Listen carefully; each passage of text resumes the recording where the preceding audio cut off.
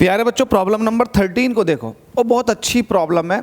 ऐसी प्रॉब्लम आपसे एमसीक्यू में पूछ लेता। अगर आप कॉम्पिटिटिव एग्जाम की तैयारी कर रहे हैं तो ऐसी प्रॉब्लम आपके सामने आ जाती है। कभी कभी नीट बेसिक के क्वेश्चंस में ये क्वेश्चन शामिल हो जाता है, तो आप इस तरह के क्वेश्चन के लिए भी तैयार रहें। आपसे कह रहा है व्हाट इज द मिनिमम, ध्यान देना, आपसे पूछ के रहा मिनिमम पूछ रहा है। What is the minimum number of a coplanar vectors of different magnitudes which can give zero resultant. आप मुझे एक बात बताएं, अगर आपके पास एक कोप्लेनर वेक्टर्स हैं तो कितने कोप्लेनर वेक्टर्स चाहिए ताकि आप रिजल्टेंट को जीरो कर सको। मैं आपसे कह रहा हूं कि आपके पास कोप्लेनर वेक्टर दो हैं, एक वेक्टर ये है और दूसरा वेक्टर मेरे पास ये है, तो क्या इन दोनों का रिजल्टेंट जीरो हो सकता है?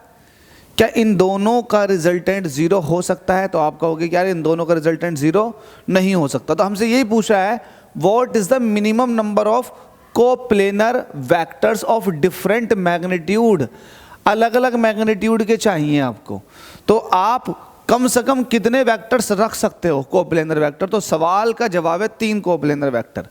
अगर आपके पास 3 कोप्लेनर वेक्टर है और उन तीनों ही कोप्लेनर वेक्टर को आप ट्राइंगल की 3 साइड के थ्रू रिप्रेजेंट कर दो, ट्राइंगल की 3 साइड के थ्रू रिप्रेजेंट कर दो और इनको आप ऑर्डर में लो। ऑर्डर क्या है? मतलब ये एंटी क्लॉकवाइज है। देखो एंटी क्लॉकवाइज, हेड के नीचे वाले के हेड से ऊपर वाले का टेल स्टार्ट हुआ है, फिर ऊपर वाले के हेड से लास्ट वन का टेल स्टार्ट हुआ। लेट अस सपोज कि ये ए वेक्टर है, ये बी वेक्टर है और ये सी वेक्टर है।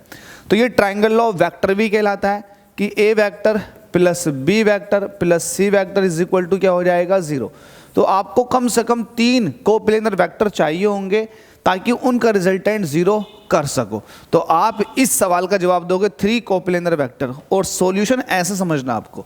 चलो अगली प्रॉब्लम में मुलाकात करता हूँ, समझ में आ गया होगा।